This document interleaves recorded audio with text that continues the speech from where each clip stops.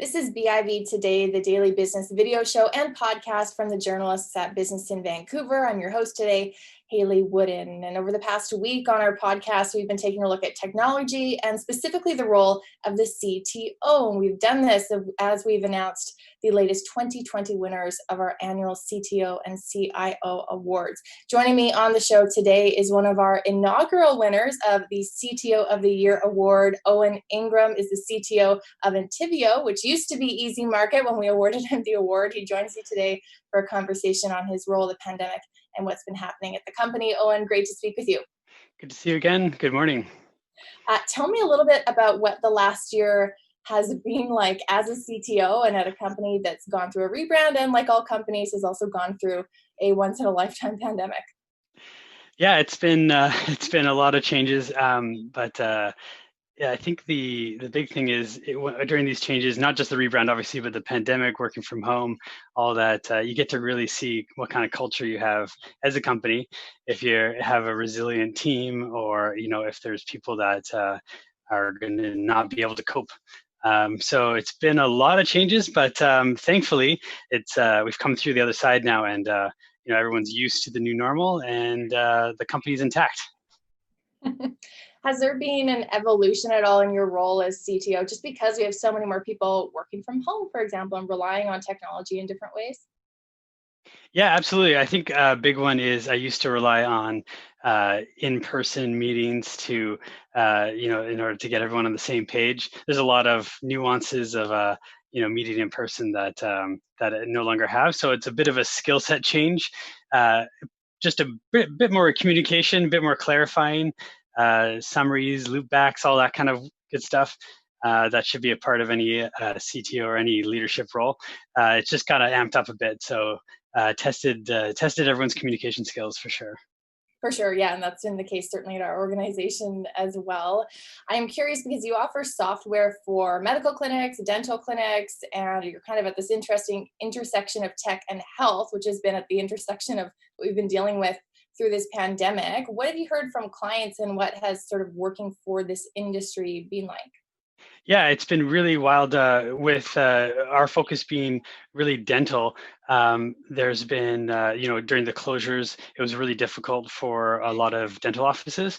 And so thankfully, as a communication software, we were actually able to help out a lot. So that was getting messages out to people, letting them know about closures, letting them know about new policies.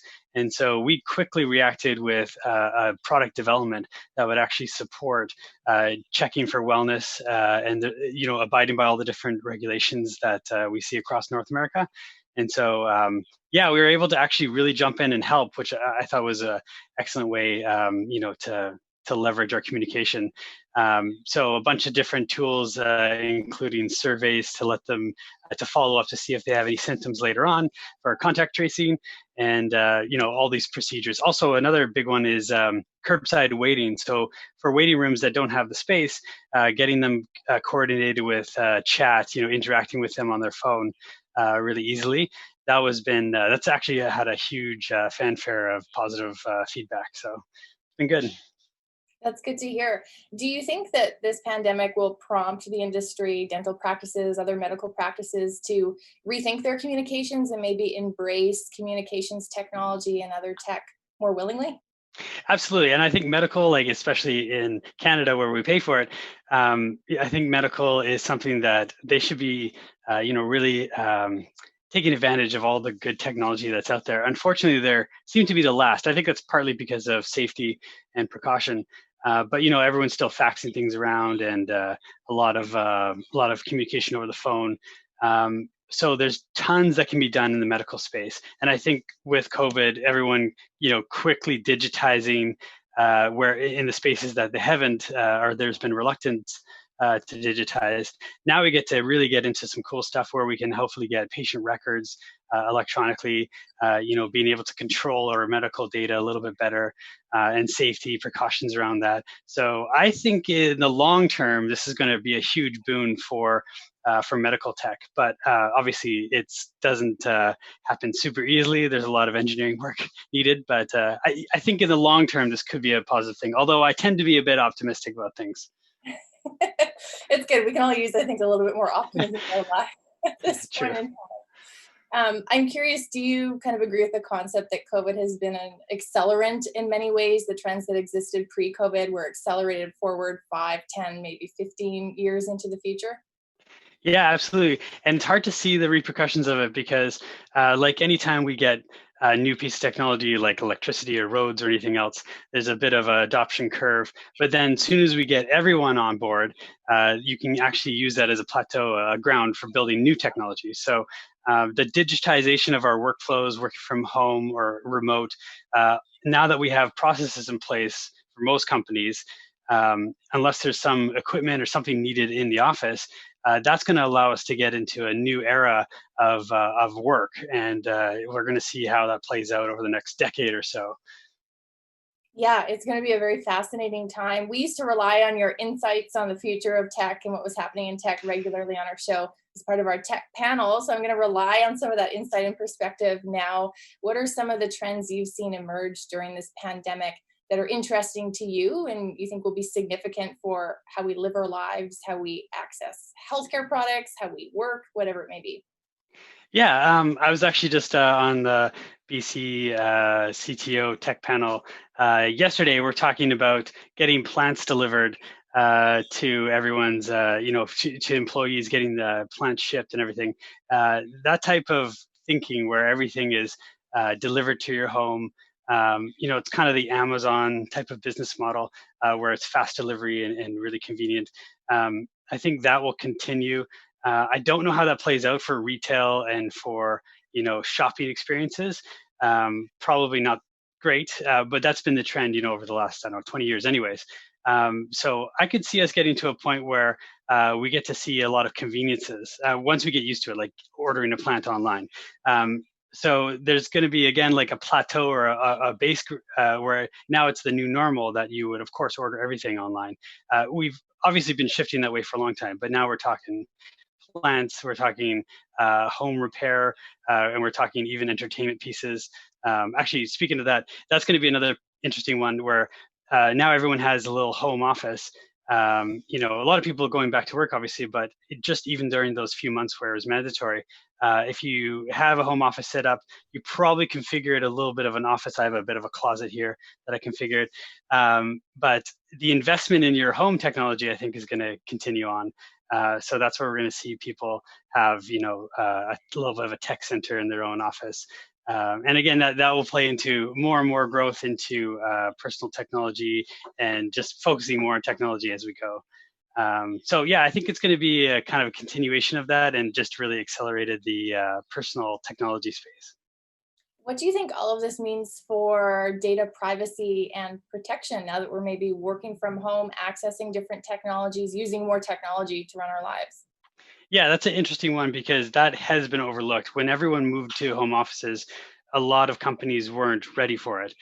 Thankfully, we were fairly well prepared for it. But if everyone's using personal computers or if they have a company laptop, their internet at home needs to be somewhat secure. So we're talking VPNs and password management as well as computer management. So those types of management tools that traditional IT in the office have been they've had all the local network setups to be able to control security. That's gone, and so now we have to really consider: are you safe at home, especially if you're working within the medical sphere or with personal health information or personal data at all. That's something I think I'm guessing there's a gap right now, a little bit of vulnerability. Hackers are probably having a heyday right now. So definitely something to consider for people who may not have thought about it. The controls at home need to be just as good as at the office. So there's definitely an upgrade needed for a lot of companies there. hmm And perhaps now is the time to do it because we're kind of over that hump where everything was disrupted, no one knew what was going to happen, and maybe a lot of businesses getting back to some normal routines and back into making sure that everything is running as it should. It would be a good time Right. to do that. Yeah. Now that the fires are hopefully out, electronically at least, yeah, there's now room for security checks and all that stuff. Absolutely. In our final minutes, I'm going to tap into your optimism. What is a silver lining you think has come about as a result of the pandemic or an opportunity you see moving forward as it relates to technology? Yeah, one of the interesting ones, not really work related, is the social connections that people were, getting more involved with over the last couple decades.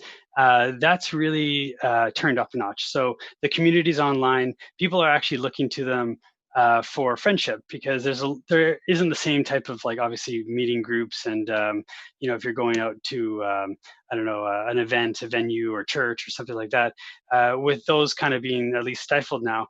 I'm seeing that a lot like online with gaming. There's much more camaraderie and friendliness happening because I think people are craving that type of connection. So that's accelerated as well. So that's going to be interesting to see how that plays out. Um, the internet has typically been a place where trolls live and there's a lot of negativity.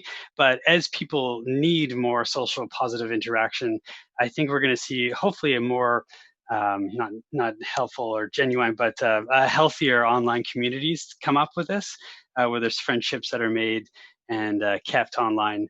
And obviously with video, everyone's used to video. Everyone has a webcam or something set up now, so that helps with communicating with family remotely and all the rest of it. So there's a kind of an interesting social dynamic now that everyone's upgraded. That I think is going to be a new normal for us. Yeah, having that healthy online community would be really nice to see. Owen, so great to speak with you again. Thanks for coming on our show. My pleasure. Thanks, Haley. That's Owen Ingraham, Chief Technology Officer at Intiveo, and also our inaugural CTO of the Year award winner with BIV. This has been BIV Today. I'm Haley Wooden. Thanks so much for listening and or watching. We'll be back with a new episode of the show tomorrow.